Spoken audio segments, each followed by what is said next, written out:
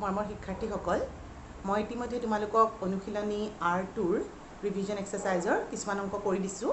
আজি মই তোমালোকক কোৱেশ্চন নম্বৰ 19ৰ পৰা কেইটামান অংক কৰি দিম। মই বৰ্ডত প্ৰশ্ন নম্বৰ 19টো লিখি থৈছোঁ, পঢ়ি দিছোঁ, শুনাচোন। 4 সেণ্টিমিটাৰ ব্যাসাৰ্ধৰ এটা বৃত্তাকাৰ কাঠৰ টুকুৰাৰ পৰা 3 সেণ্টিমিটাৰ ব্যাসাৰ্ধৰ বৃত্ত কাটি পেলোৱা হ'ল। টুকুৰাটোৰ অৱশিষ্ট অংশৰ কালি উলিওৱা। ইয়াত তোমালোকক কি দিছে, প্ৰশ্নটো যদি তোমালোকে আৰু এবাৰ পঢ়ি চোৱা ভালদৰে বুজি পাবা। এটুকুৰা বৃত্তাকাৰ কাঠৰ টুকুৰা দিয়া আছে, এনেকুৱা ধৰণৰ এটুকুৰা বৃত্তাকাৰ কাঠৰ টুকুৰা দিয়া আছে দেই। আৰু ইয়াতে কৈ দিছে যে সেই বৃত্তাকাৰ কাঠৰ টুকুৰাৰ ব্যাসটো হৈছে, ব্যাসাৰ্ধ হৈছে 4 সেণ্টিমিটাৰ, অৰ্থাৎ বৃত্তৰ পৰা ইয়াৰ দূৰত্বটো হৈছে 4 সেণ্টিমিটাৰ। 4 এককটো হ'ল সেণ্টিমিটাৰ। এতিয়া তোমালোকক প্ৰশ্নটোত কৈছে যে ইয়াৰ পৰা কি কৰা হৈছে, 3 সেণ্টিমিটাৰ ব্যাসাৰ্ধৰ এটা বৃত্ত কাটি পেলোৱা হৈছে। এটা বৃত্ত কাটি দিয়া হৈছে, তাৰমানে তোমালোকৰ যদি এটা এনেকুৱা ধৰণৰ ঘূৰণীয়া বৃত্ত থাকে, তাৰ মাজৰ পৰা এক টুকুৰা উঠাই দিয়া হৈছে। উঠাই দিয়াৰ লগে লগে তাৰমানে মই ধৰা এই অংশখিনি কাটি পেলাই দিলোঁ, এই অংশখিনি মই ধৰা পেলাই দিলোঁ, এইখিনি কাটি পেলাই দিলোঁ। আৰু এইখিনি অৰ্থৰ ব্যাসাৰ্ধটো কিমান আছিলে তোমালোকৰ, 3 সেণ্টিমিটাৰ। ঠিক আছে। গতিকে তোমালোকক সুধিছে যে অৱশিষ্ট অংশৰ কালি উলিওৱা, অৰ্থাৎ তুমি এই অংশটোৰ কালি উলিয়াব লাগে। এতিয়া তোমালোকে এইটো অংক কেনেকৈ কৰিবা, তোমালোকে নিশ্চয় ধৰিব পাৰিছাই যে আমি প্ৰথমতে কি কৰিম, যদি ডাঙৰ বৃত্তাকাৰ অংশটোৰ কালিটো উলিয়াই লওঁ আৰু তাৰ পৰা যদি মই সৰু বৃত্তাকাৰ অংশ যিখিনি কাটি পেলাই দিছোঁ সেইখিনি বাদ দি দিওঁ, অৰ্থাৎ বিয়োগ কৰি দিওঁ, তেতিয়া আমি অৱশিষ্ট অংশৰ কালিটো পাই যাম। হ'ব।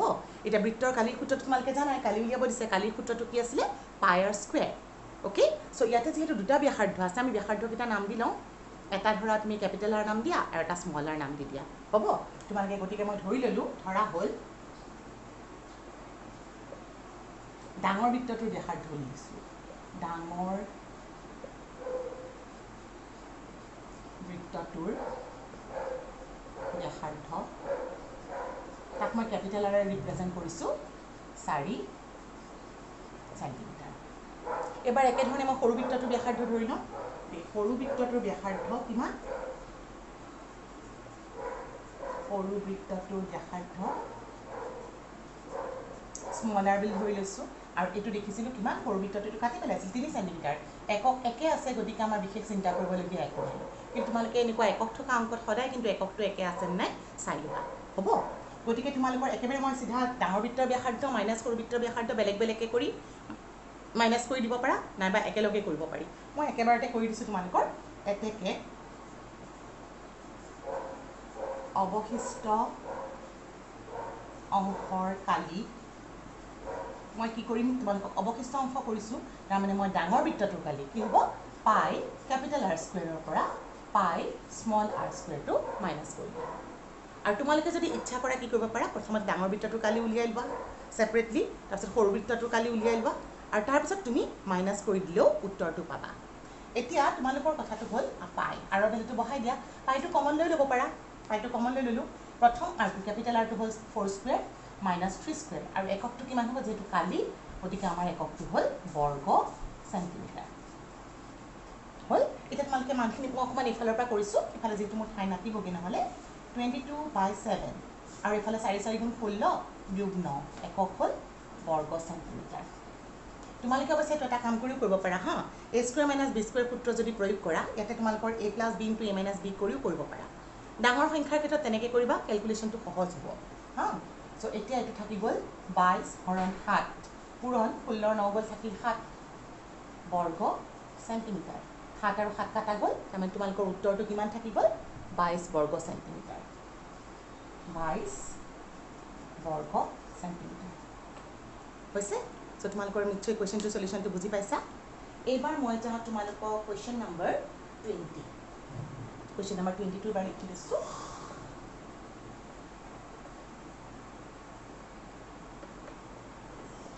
তোমালোকৰ কুৱেশ্যন নম্বৰ 22 হ'ল 44 সেণ্টিমিটাৰ তাঁৰ এডালৰ পৰা 20 নম্বৰ প্ৰশ্ন, 44 সেণ্টিমিটাৰ দৈৰ্ঘ্যৰ তাঁৰ এডালৰ পৰা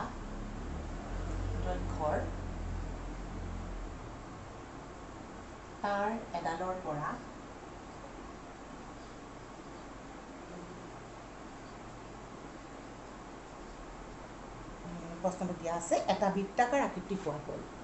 এটা বৃত্তাকাৰ আকৃতি পোৱা গ'ল।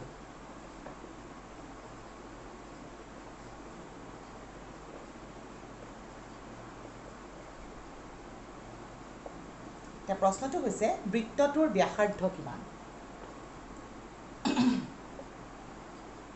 বৃত্তটোৰ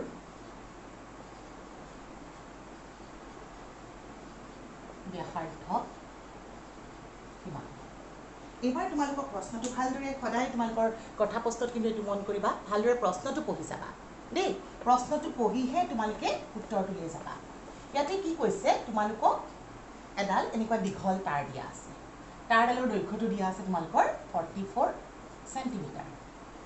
আৰু কি কৈছে, এই তাঁৰডাল ভাঁজ দি দিলে, ভাঁজ দি এটা বৃত্ত গঠন কৰিলে।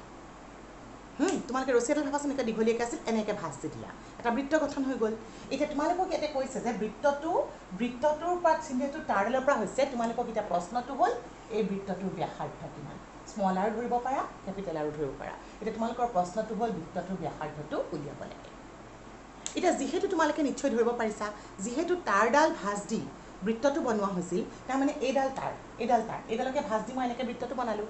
তাৰমানে এইখিনি দৈৰ্ঘ্য হৈছে তোমালোকৰ তাঁৰডালৰ দৈৰ্ঘ্য, হয়নে? তাৰমানে এইখিনি দৈৰ্ঘ্য হৈছে 44। আৰু বৃত্তটোৰ কাৰণে ই কি হয়? বৃত্তটোৰ কাৰণে ই হয় পৰিধি। তাৰমানে তোমালোকে গম পালা যে তোমালোকৰ বৃত্তটোৰ পৰিধি হৈছে 44 চেণ্টিমিটাৰ। গতিকে তোমালোকে পৰিধিৰ সূত্ৰটো ব্যৱহাৰ কৰি দিয়া। নিশ্চয় মনত আছেই তোমালোকৰ পৰিধিৰ সূত্ৰ 2πr। তাৰমানে 2πr ভেলু হ'ল 44। তাৰপৰা তোমালোকে আননোন আৰটো উলিয়াই লোৱা, য'ত মই আৰ মানে ব্যাসাৰ্ধ ধৰিছোঁ। গতিকে তোমালোকে কি আছে সেইখিনি লিখি লোৱা। দিয়া আছে তাঁৰডালৰ দৈৰ্ঘ্য, তোমালোকে নিশ্চয় মন কৰিছা, মই সদায় প্ৰথমতে দিয়া আছেটো লিখি লওঁ। তাঁৰডালৰ দৈৰ্ঘ্য, চৰি ইয়াতে মই আছেটো লিখিব থাকি গ'ল। দিয়া আছে তাঁৰডালৰ দৈৰ্ঘ্য হৈ গ'ল 44 চেণ্টিমিটাৰ। ইয়াতে মই চিত্ৰখিনি তোমালোকে বুজিবৰ কাৰণেহে কৰিছোঁ দেই, চিত্ৰটো আঁকিবই লাগিব বুলি কোনো কথা নাই। তাৰপিছত মই লিখিছোঁ, যিহেতু তাঁৰডালৰ পৰা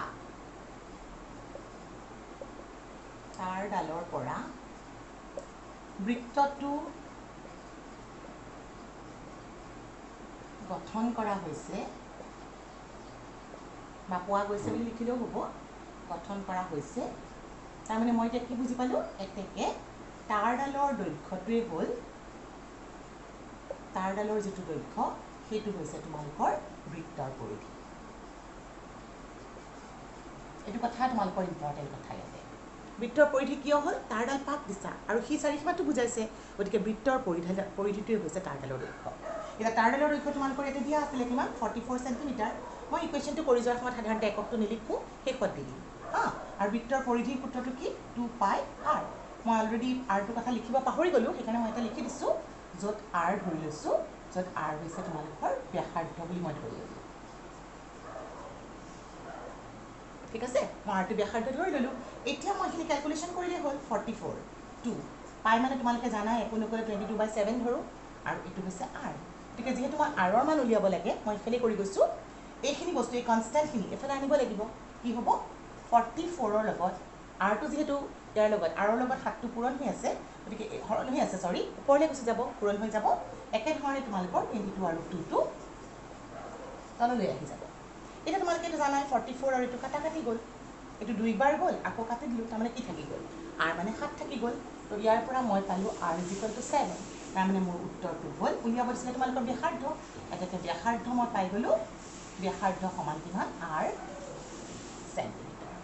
আৰু যিহেতু মই এইখিনিতে আগতে লিখিব থাকি গ'ল কাৰণে আৰ ব্যাসাৰ্ধ লিখিছিলোঁ, তোমালোকে অৱশ্যে এটা কাম কৰিব পাৰা, ধৰা হ'ল ব্যাসাৰ্ধ সমান আৰ চেণ্টিমিটাৰ বুলি একেবাৰে ষ্টাৰ্টিঙতো লিখি ল'ব পাৰা।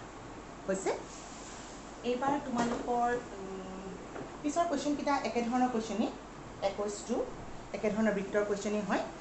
22টো তোমালোকৰ 22টো আৰু 23টো একেধৰণৰ কুৱেশ্যন। 22টো এটা বৰ্গৰ ক্ষেত্ৰত দিয়া আছে আৰু 23টো এটা আয়তৰ ক্ষেত্ৰত দিয়া আছে। গতিকে মই তোমালোকক এইবাৰ 23 নম্বৰ চলিউশ্যনটো কৰিছোঁ। 23 নম্বৰটো যেনেকৈ কৰিছোঁ সেইটো ধৰণেই আমি 22 নম্বৰটো কৰিব পাৰিম। খালি 22 নম্বৰটোত আমাক দিয়া আছে, মানে 23ত আমি এটা আয়ত কৰিম আৰু 22ত আমাক এটা বৰ্গ দিয়া আছে। 23 নম্বৰ প্ৰশ্নটো মই লিখি দিছোঁ। কুৱেশ্যন নম্বৰ 23টো হ'ল 180 মিটাৰ দৈৰ্ঘ্য আৰু 120 মিটাৰ প্ৰস্থৰ। 23 180 মিটাৰ দৈৰ্ঘ্য আৰু 120 মিটাৰ প্ৰস্থৰ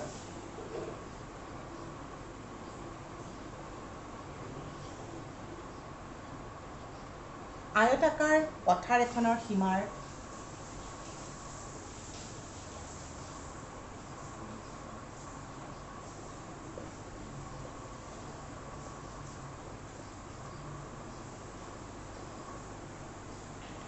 বাহিৰেৰে অৱশ্যে তোমালোকৰ কুৱেশ্যন নম্বৰ 24 ভিতৰেৰে বুলি দিয়া আছিলে হা অকণমানটো পাৰ্থক্য থাকিবই সীমাৰ বাহিৰেৰে 6 মিটাৰ প্ৰস্থৰ এটা ৰাস্তা আছে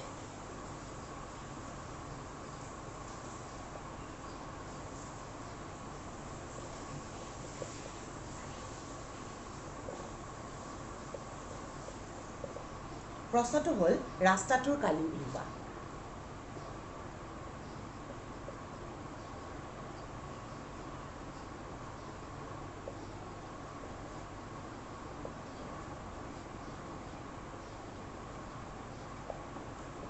সো তোমালোকে এটা চোৱা মই যে তোমালোকক 22 নম্বৰৰ কথা কৈছোঁ 22 নম্বৰত এটা বৰ্গ দিয়া আছিলে আৰু তাত কি কৈছিলে তোমালোকৰ তাৰ ভিতৰ ইয়াতে বাহিৰেৰে বুলি কৈছে তাত ভিতৰেৰে ৰাস্তা আছিলে গতিকে প্ৰচিডিউৰটো একেই গতিকে ইয়াতে মই এটা চিত্ৰ আঁকিলোঁ আমাৰ সুবিধাৰ কাৰণে তোমাক ইয়াতে দিছে এটা আয়তাকাৰ এখন বাগান দিয়া আছে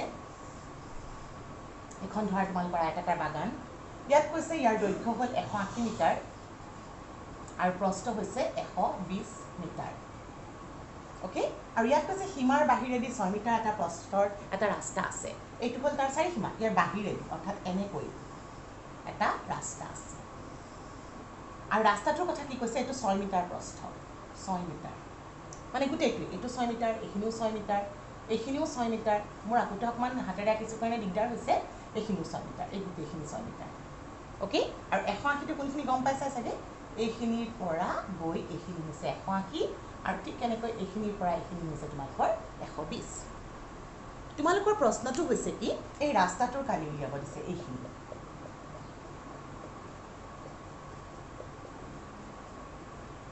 এটা তোমালোকে ৰাস্তাটোৰ কালি কেনেকৈ উলিয়াবা চোৱা তোমালোকে যেহেতু দৈৰ্ঘ্য আৰু প্ৰস্থ জানা আয়তাকাৰ পথাৰখনৰ গতিকে তাৰ কালি তোমালোকে উলিয়াই দিব পাৰিবা হয়নে তাৰ পিছত তোমালোকক এই প্ৰস্থটো দিয়া আছে 6 সেন্টিমিটাৰ 6 মিটাৰ গতিকে এইফালে 6 মিটাৰ আৰু এইফালেও 6 মিটাৰ আছে অৰ্থাৎ ৰাস্তাটো লগ লগাৰ পিছত তোমালোকৰ এই দৈৰ্ঘ্যটো কিমান হ'ব এইখিনি দৈৰ্ঘ্য নাম দিও ল'ব পাৰা ইচ্ছা কৰিলে এইখিনিৰ পৰা এইখিনিলৈতো তোমালোকে চোৱা এইখিনিৰ পৰা যদি মই ভাবোঁ এইখিনিতো 180 হৈয়ে গ'ল এইখিনিৰ পৰা এইখিনিলৈ মোৰ 180 আছে 180 মিটাৰ হয়নে তাৰপিছত এইফালে আহি গ'ল মোৰ 6 মিটাৰ আৰু এইফালে আহি গ'ল মোৰ 6 মিটাৰ এইফালেও 6 লাগি গ'ল তাৰমানে মোৰ কিমান হৈ গ'ল এতিয়া ৰাস্তাটোক ধৰি লৈ যদি মই পথাৰখনৰ দৈৰ্ঘ্য ধৰোঁ 180 + 6 + 6 একেধৰণে এইখিনিৰ পৰা এইখিনিলৈ অৰ্থাৎ তোমালোকৰ এইখিনিৰ পৰা এইখিনিলৈ এই দৈৰ্ঘ্যটো এইখিনিৰ পৰা এইখিনিলৈ দিয়া আছিলে 120 বাহিৰৰ এইখিনি হ'ল 6 আকৌ এইখিনি হৈ গ'ল 6 গতিকে টোটেল দৈৰ্ঘ্যটো কিমান হৈ গ'ল 120ৰ লগত 6 আৰু 6 যোগ কৰি দিলা 6 12 যোগ কৰিব পাৰা বা 2 পূৰণ 6 কৰিলেও হ'ব তাৰপিছত মই কি কৰিম এই বাহিৰৰ কালিখিনিৰ পৰা ভিতৰৰ কালিখিনি যদি মই বাদ দি দিওঁ অৰ্থাৎ ৰাস্তাটোৰ সৈতে পথাৰখনৰ কালিৰ পৰা যদি মই পথাৰখনৰ কালি বাদ দি দিওঁ তেতিয়া মই কি পাই যাম ৰাস্তাটোৰ কালি পাই যাম হ'ব মোৰ চিত্ৰটো থাকিলে তোমালোকৰ কুৱেশ্যনটোৰ সলিউশ্যনটো ঠাই নহ'ব সেইকাৰণে মই চিত্ৰটো মচি দিছোঁ এতিয়া তোমালোকে চোৱা কি কি দিয়া আছে এইখিনি লিখি ল'লোঁ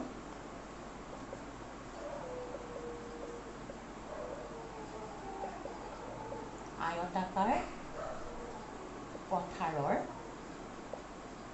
দিশটো দিয়া আছে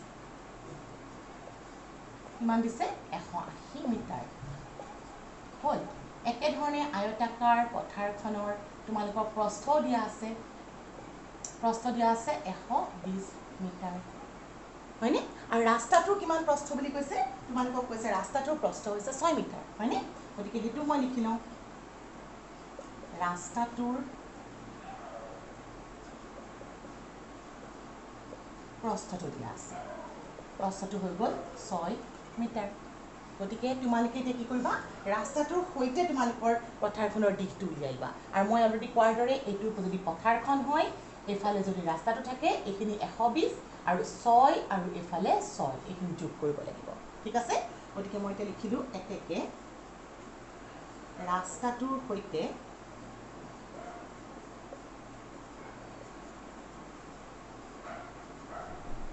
পথাৰখনৰ দিশ কিমান হ'ব 180 লগত তুমি 6 আৰু 6 যোগ কৰি দিবা একক হৈ গ'ল মিটাৰ কিমান হ'ব 6 6 12 2 হাতে গ'ল 1 আৰু এফালে 8 1 9 তাৰমানে ইমান হ'ল 192 মিটাৰ পালোঁ আকৌ একেধৰণে ৰাস্তাটোৰ সৈতে পথাৰখনৰ এবাৰ মই প্ৰস্থটো উলিয়াই লওঁ প্ৰস্থটো একেই কথা হ'ব বহুতৰ কিন্তু এইখিনিতে গণ্ডগোল হয় দেই 6টো যোগ কৰি দিয়ে কিন্তু বাকী এটা দুইফালে যে আছে সেইটো পাহৰি যোৱা সেইটো নাপাহৰিবা ইয়াতে কিমান 120 যোগ 6 যোগ 6 মিটাৰ তাৰমানে এইটো পাই গ'লোঁ 100 12 2 হাতে গ'ল 1 2 1 3 132 মিটাৰ পাই গ'লোঁ তাৰমানে মই এতিয়া চোৱা এইখিনি দৈৰ্ঘ্য পালোঁ প্ৰস্থ পালোঁ এইটো দৈৰ্ঘ্য আৰু প্ৰস্থ জানো বাহিৰৰখিনিৰ পৰা মই ভিতৰৰখিনি মাইনাছ কৰি দিওঁ হা গতিকে তেতিয়া মই ডাইৰেক্ট কৰি দিম তোমালোকে ছেপাৰেটকৈ উলিয়াই লৈও কেলকুলেশ্যনটো কৰিব পাৰা মই এতিয়া তোমালোকৰ ডাইৰেক্টলি কেলকুলেশ্যনটো কৰি দিম দেই অৰ্থাৎ মই মাইনাছটো একেলগতে কৰিম চিধা চিধি ৰাস্তাটোৰ কালি উলিয়াই দিম এতিয়া ৰাস্তাটোৰ কালি কি হ'ব তোমালোকৰ ৰাস্তাটোৰ সৈতে পথাৰৰ কালিৰ পৰা পথাৰখনৰ কালিটো বাদ দি দিয়া ৰাস্তাটোৰ সৈতে পথাৰৰ কালি বিয়োগ কৰিম পথাৰৰ কালি